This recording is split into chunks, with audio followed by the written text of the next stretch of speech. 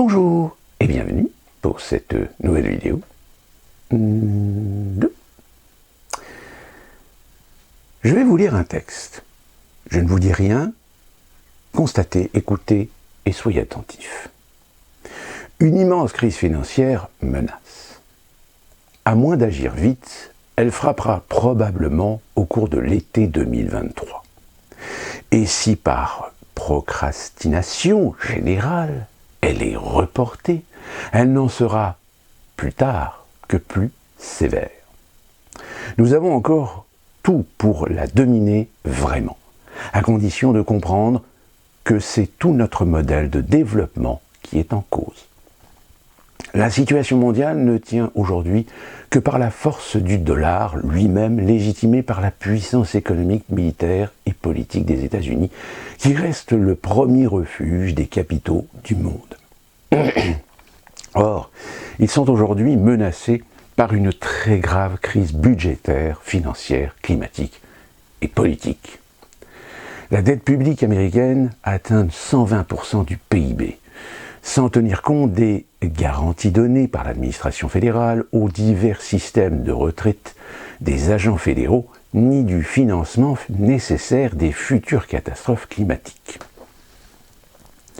Or, depuis la mi-janvier 2023, le Trésor américain a atteint la limite de ce qu'il a le droit d'emprunter, soit 31,4 trilliards de dollars.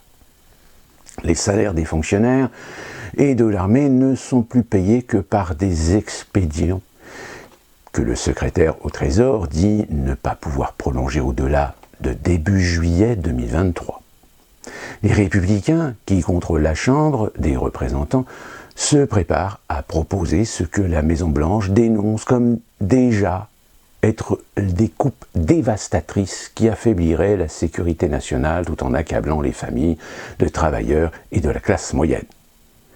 Et le projet des démocrates qui vise à une réduction du déficit en 10 ans par une hausse massive des impôts des plus riches n'a pas plus de chances d'être adopté par le Congrès. Les Américains pourraient une fois de plus s'en tirer à une nouvelle hausse des plafonds de la dette, dont personne ne veut, et qui ne résoudrait rien. Car je rappelle, vous l'avez déjà entendu, et d'ailleurs c'est assez étrange parce que récemment j'ai remarqué qu'en France, c'est passé un petit peu inaperçu. Vous savez que l'État fédéral ne peut pas continuer à emprunter sans la validation du Parlement. Sans cette validation, eh bien, l'État fédéral est obligé de trouver d'autres solutions que d'emprunter. C'est pour ça qu'il y a eu, je crois, sous l'époque d'Obama, et surtout sous l'époque d'Obama, Donald Trump, ça c'était pas trop significatif. C'est qu'à un moment donné, eh bien, pour trouver un accord avec le Parlement, eh bien, petit à petit, on a commencé à voir des administrations qui se sont arrêtées, tout simplement. C'est-à-dire que vous avez des administrations fédérales à qui on a dit, écoutez, restez chez vous, parce que pour l'instant, on est fermé. Parce qu'on n'a pas d'accord, on n'a pas trouvé d'accord avec le Parlement pour voter ce nouveau budget. Sauf qu'évidemment, à force de faire toujours de la dette, et je dirais de ne plus se retrouver dans la situation de devoir pouvoir couper ou arrêter certaines administrations, parce que le risque à un moment donné, c'est qu'il y ait un effet domino à l'échelle nationale, qui plus est peut-être motiver certains États de dire regardez, l'État fédéral ne fonctionne plus. Nous, État, je pense le Texas par exemple, nous en tant que Texas, en tant qu'État, si nous retrouvions notre indépendance, nous pourrions très bien nous extirper de cette dette qu'a constituée les gouvernements successifs pendant des décennies à l'échelle fédérale.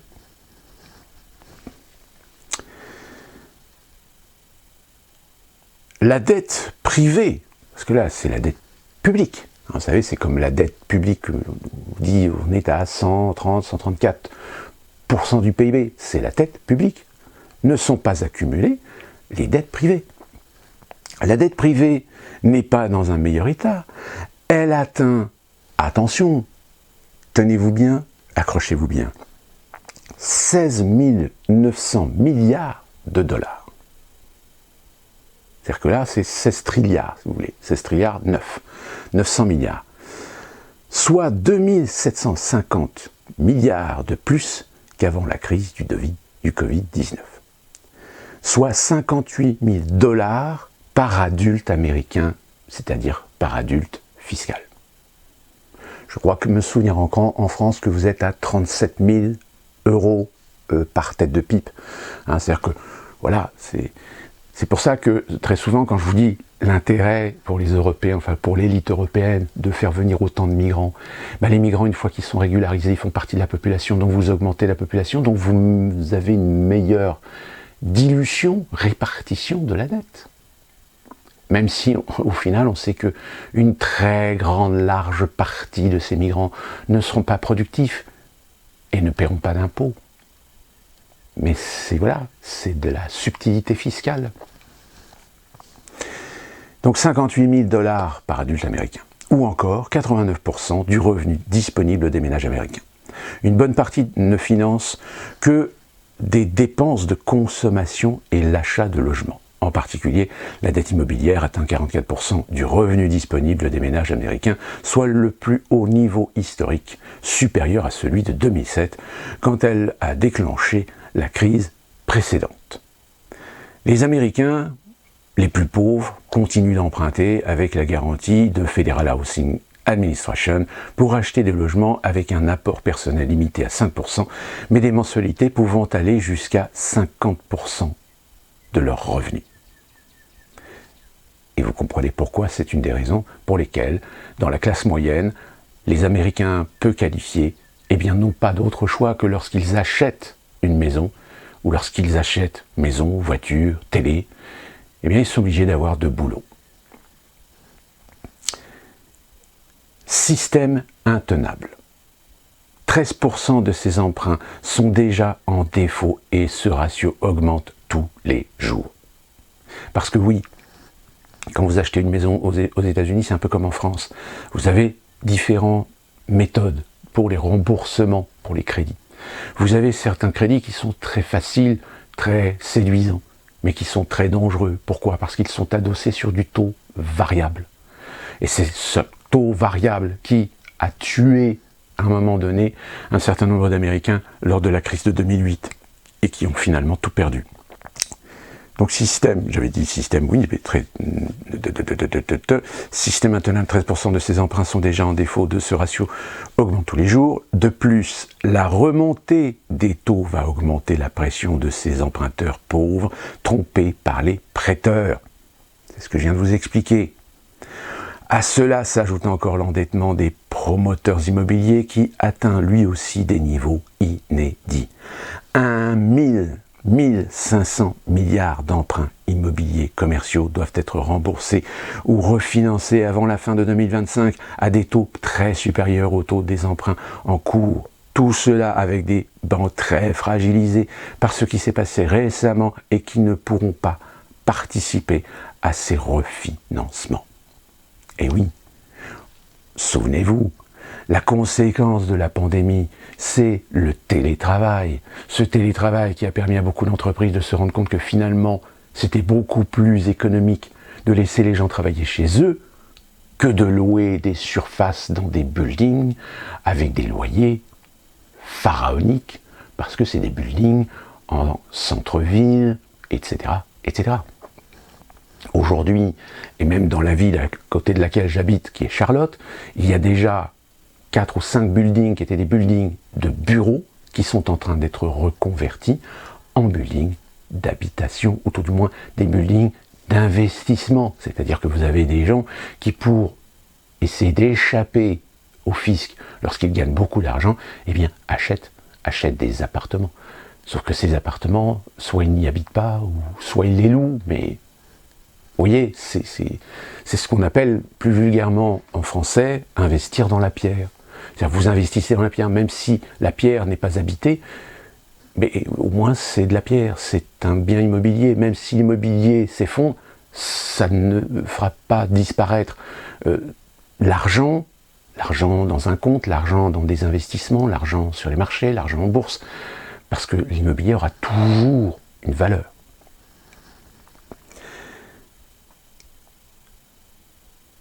À cela s'ajoute un climat révolutionnaire, où plus personne n'exclut une crise constitutionnelle pouvant même conduire, selon certains, à la sécession de certains États.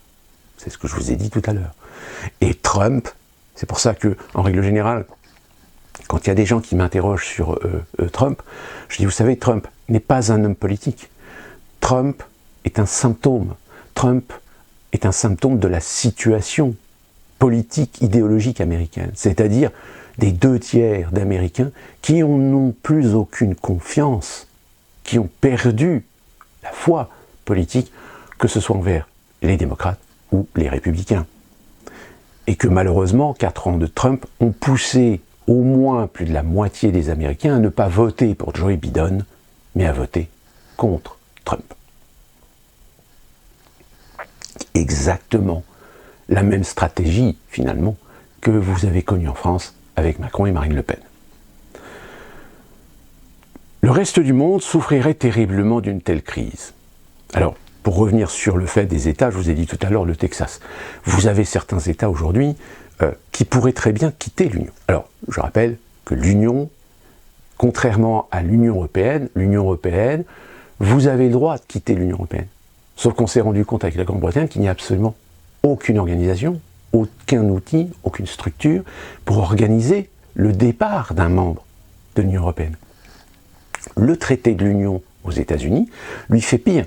C'est « tu n'as pas le droit de quitter l'Union ». D'où la raison pour laquelle, si jamais un État décide de quitter l'Union, eh bien c'est une sécession. C'est-à-dire que là, dans ce cas-là, il y a conflit. Alors ça peut être un conflit politique, comme ça peut devenir un conflit armé. On ne peut pas penser que la croissance actuelle, le reste du monde souffrirait terriblement d'une telle crise. L'Europe elle-même, terriblement endettée, plongerait dans une récession, perdant des marchés d'exportation sans que sa demande intérieure ne puisse prendre le relais. De même que pour la Chine, seule la Russie, qui n'a plus rien à perdre, aurait tout à gagner, et elle va sans doute y contribuer par des cyberattaques, comme elle l'a sans doute fait il y a un mois, quand les banques californiennes ont été attaquées. On ne peut pas penser que la croissance actuelle suffirait à avaler cette dette, comme ce fut le cas en 1950. Le rapport du FMI pour son assemblée annuelle de cette semaine est sur le point d'apporter certains points lucides. Même s'il est incroyablement discret sur les risques financiers systémiques qui rongent l'économie de son principal actionnaire, les États-Unis. Quelques trop rares experts murmurent maintenant qu'une grande crise financière se déclenchera, comme beaucoup d'autres, avant elle, dans la deuxième quinzaine du mois d'août, comme en 1857, en 1971, en 82 et en 93. Mais de quelle année peut-on peut-être l'août 2023? Comment l'éviter? Il y a à cela 4 solutions. Des économies radicales dans le même mode de développement qui ne feront que créer de la misère et de la violence. Une relance budgétaire et monétaire qui ne fera que reporter l'échéance. La guerre qui conduira au pire, avant peut-être d'ouvrir des opportunités pour les très rares survivants. Et enfin, une réorientation radicale de l'économie mondiale vers un monde de développement nouveau, avec en tout autre rapport à la propriété des biens de consommation et du logement, réduisant à la fois l'endettement et l'empreinte climatique. Naturellement, rien n'est préparé pour le mettre en œuvre. Et si on le fait peut-être un jour, ce ne sera vraisemblablement pas la place de la catastrophe, encore parfaitement évitable, mais après qu'elle aura eu lieu. Ce texte est un texte récent qui a quelques jours, qui a été écrit par quelqu'un que vous connaissez tous, qu'on peut critiquer, qu'on peut détester, Mais force est de constater que ce soit par ses livres, que ce soit par ses interventions, ses interviews, très souvent, de par sa position très influente, de par ses relations très influentes, c'est souvent très peu trompé. Ce monsieur, c'est lui, Jacques Attali. Oui, le même qui a contribué, participé à introniser votre président Emmanuel Macron dans la sphère politique française alors qu'il était un jeune investisseur ou conseiller en investissement de la maison Rothschild. Vous voyez ce texte, pour moi, même si, comme vous, je ne suis pas fan d'Attali, mais je lui reconnais sa qualité d'expertise. Et que très souvent, il a su dire des choses qui, par la suite, se sont avérées exactes. Souvenez-vous, à l'époque de Sarkozy, en 2007, quelques mois après l'élection de Sarkozy, il avait été invité à faire une sorte de commission pour rendre un rapport. Et dans ce rapport, lorsqu'il l'a rendu, il avait fait une intervention et il avait parlé d'une modification notoire de certains secteurs économiques par la libéralisation. Quelques années plus tard, cette fameuse libéralisation dont il parlait, elle s'est concrétisée par Uber, elle s'est concrétisée par Airbnb, elle s'est concrétisée par Lyft, elle s'est concrétisée par cette multitude de sociétés qui se sont créées pour mettre en lien des gens et d'autres gens, un besoin et une offre. En deçà de l'organisation, de la structure même d'entreprise. Ce qui avait fait d'ailleurs bondir en France les sociétés de taxi, parce que tout d'un coup, elles avaient de la concurrence. Les VSL, Uber. Même si finalement, en France, on a quand même un modèle social qui doit et se doit d'apporter un certain nombre de fiscalités pour alimenter la protection sociale du travailleur. Or, très rapidement, on s'est rendu compte que les VSL, ou même Uber, n'étaient pas dans ce cadre. Pourquoi ? Parce que c'était un modèle économique dont la réglementation, dont la structure même du travail français n'avait pas su anticiper. Et pourtant, Jacques Attali l'avait dit. Jacques Attali nous en avait prévenu. Alors aujourd'hui, lorsque vous lisez ce texte, que je vous mettrai en lien, eh bien, il y a de quoi, peut-être, à un moment donné, se poser les bonnes questions. Et se dire que cette guerre en Ukraine n'est-elle pas, finalement, la conséquence de cette volonté de l'élite de la sphère financière d'accélérer le mouvement pour s'octroyer plus et toujours plus, mettre la mainmise sur des marchés. Et d'ailleurs, preuve en est, on le sait, aujourd'hui, BlackRock est en très bonne position, après avoir négocié avec Zelensky, sur des investissements sur une Ukraine post-guerre.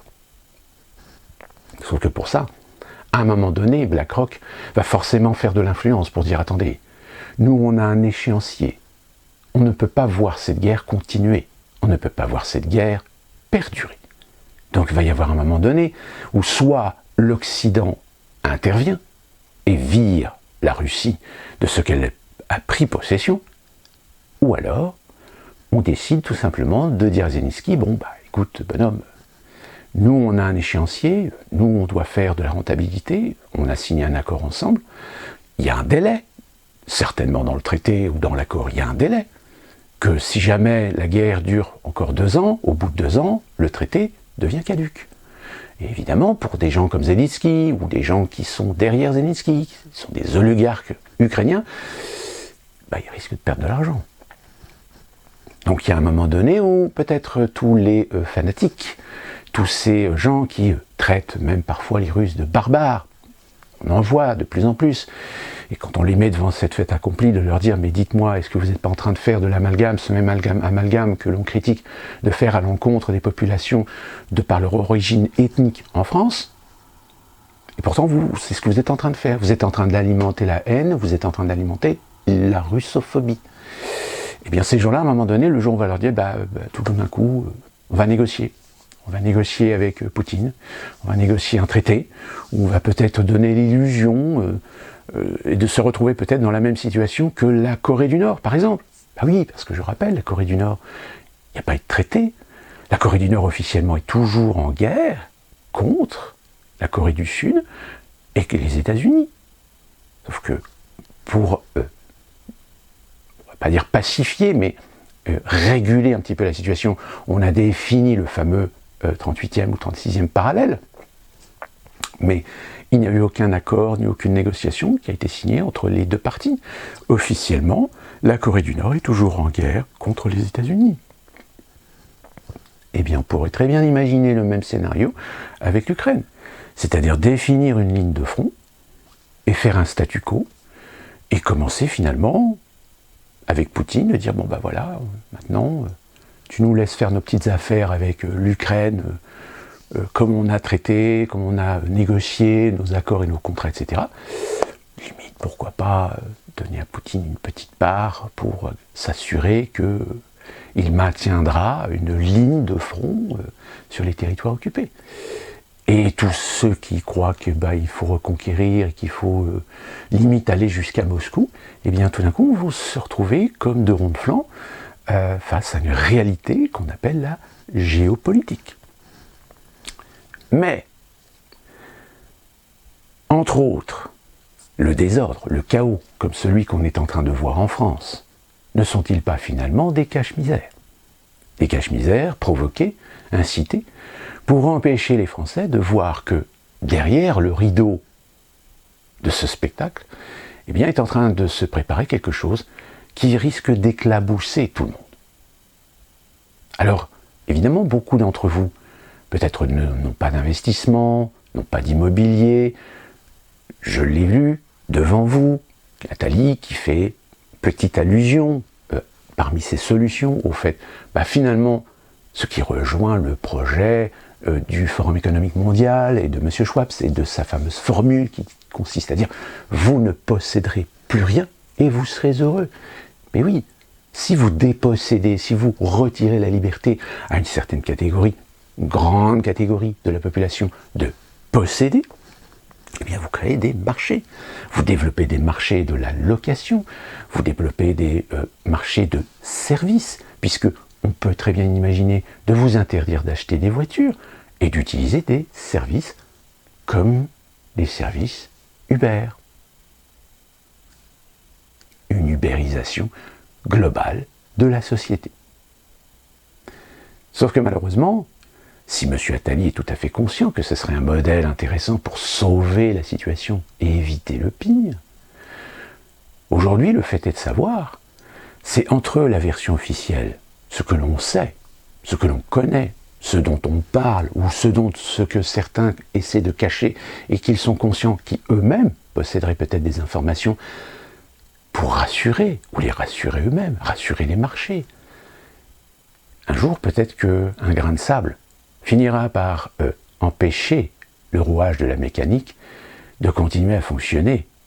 Et ça risque, excusez l'expression, de nous péter à la gueule.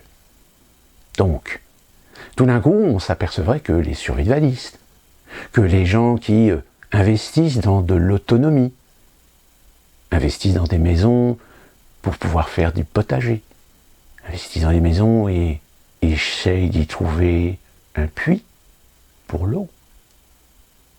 L'eau. Oui, en France. Combien de milliards de mètres cubes d'eau en échange de pétrole? La France échangerait son eau, alors que certaines régions en France vont certainement être encore en sécheresse cet été.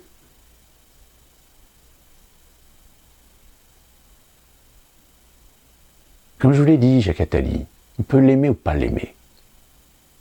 Comme je vous l'ai dit, des fois il a su mettre le doigt sur des choses, alors avec ses formules, mais savoir interpréter ces formules pour savoir et comprendre ce qu'il pense réellement, et se dire que, avec le temps, tout d'un coup on se rend compte que ce qu'il pensait, de ce qu'il disait, s'est avéré vrai. Que puis-je vous dire d'autre que d'être attentif, Que puis-je vous dire d'autre? De regarder un petit peu plus ce qui se passe sur le plan économique mondial, parce que je rappelle, c'est pareil, les États-Unis, c'est une puissance économique. C'est une puissance économique parce que des gens font en sorte que les rouages de la mécanique continuent à fonctionner, même si, derrière, le modèle de consommation américain n'est plus du tout adapté, c'est-à-dire qu'il est complètement saturé. Et d'ailleurs, on le voit. On l'a vu dans certains endroits. Et d'ailleurs, je peux même vous assurer que même moi, je suis toujours surpris de voir que sur un périmètre, sur à peu près un périmètre de 5 km², par exemple, eh bien, il y a très clairement beaucoup trop de magasins qui font beaucoup trop d'offres par rapport à la demande. Mais derrière, ça alimente le système productif, ça alimente le système des exportations et des importations, mais c'est virtuel. Parce qu'on n'en a pas réellement besoin. Même si, pendant un temps, ça fonctionnait parce qu'il y avait un modèle de consommation de la société américaine, de surconsommation. Cette surconsommation, elle existe encore. Mais comme je vous l'ai dit, il existe, il subsiste, il survit, parce qu'on réussit à endetter les Américains. On pousse les Américains à l'excellence, à faire des études, des grandes études dans les grandes universités qui coûtent la peau du cul, mais qui vous endettent parfois, limite presque à vie.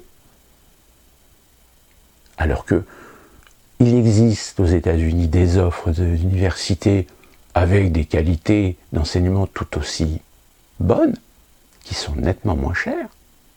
Vous avez même des fois des universités beaucoup plus intéressantes financièrement, qui sont des universités d'État, enfin, des États, qui offrent des formations, qui offrent des diplômes tout aussi intéressants.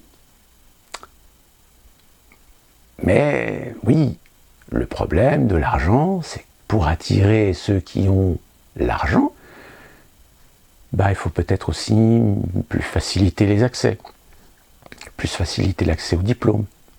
Et pour faciliter l'accès au diplôme, peut-être rendre beaucoup plus simple les formations.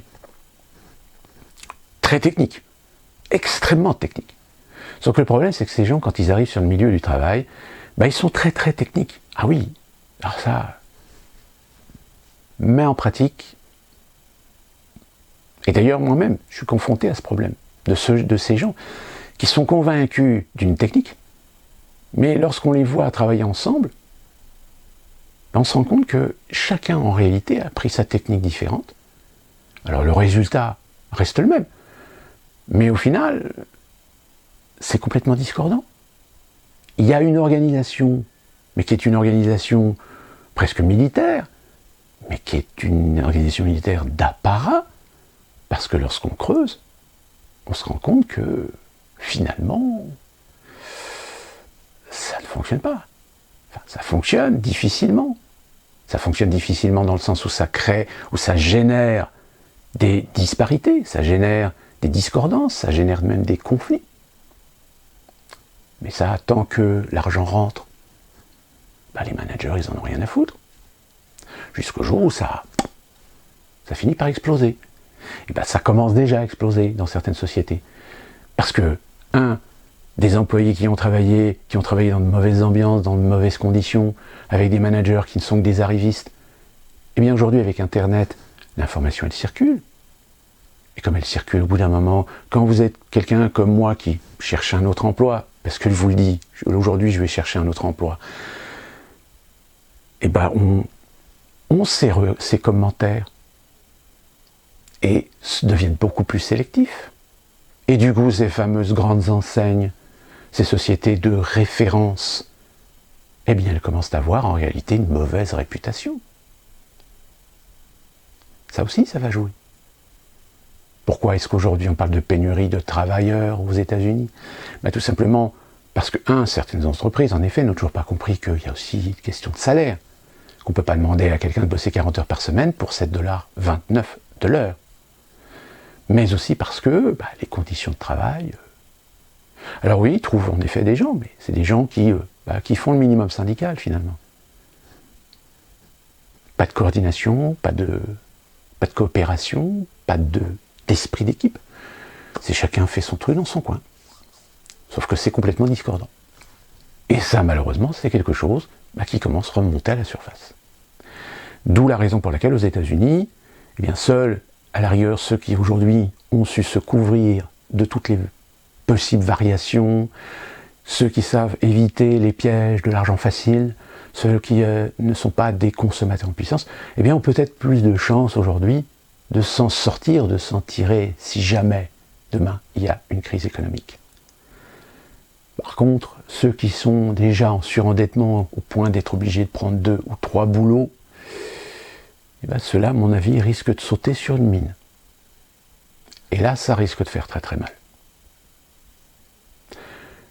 Donc, n'hésitez pas à relire ce texte de Jacques Attali. N'hésitez pas à faire des commentaires, n'hésitez pas à dire ce que vous en pensez dans les commentaires. Faites agiter les algorithmes de YouTube. Et d'ailleurs, YouTube, on va y revenir parce que ça commence à devenir très intéressant. Et nous, on se retrouve très prochainement pour une nouvelle vidéo. Et d'ici là, portez-vous bien.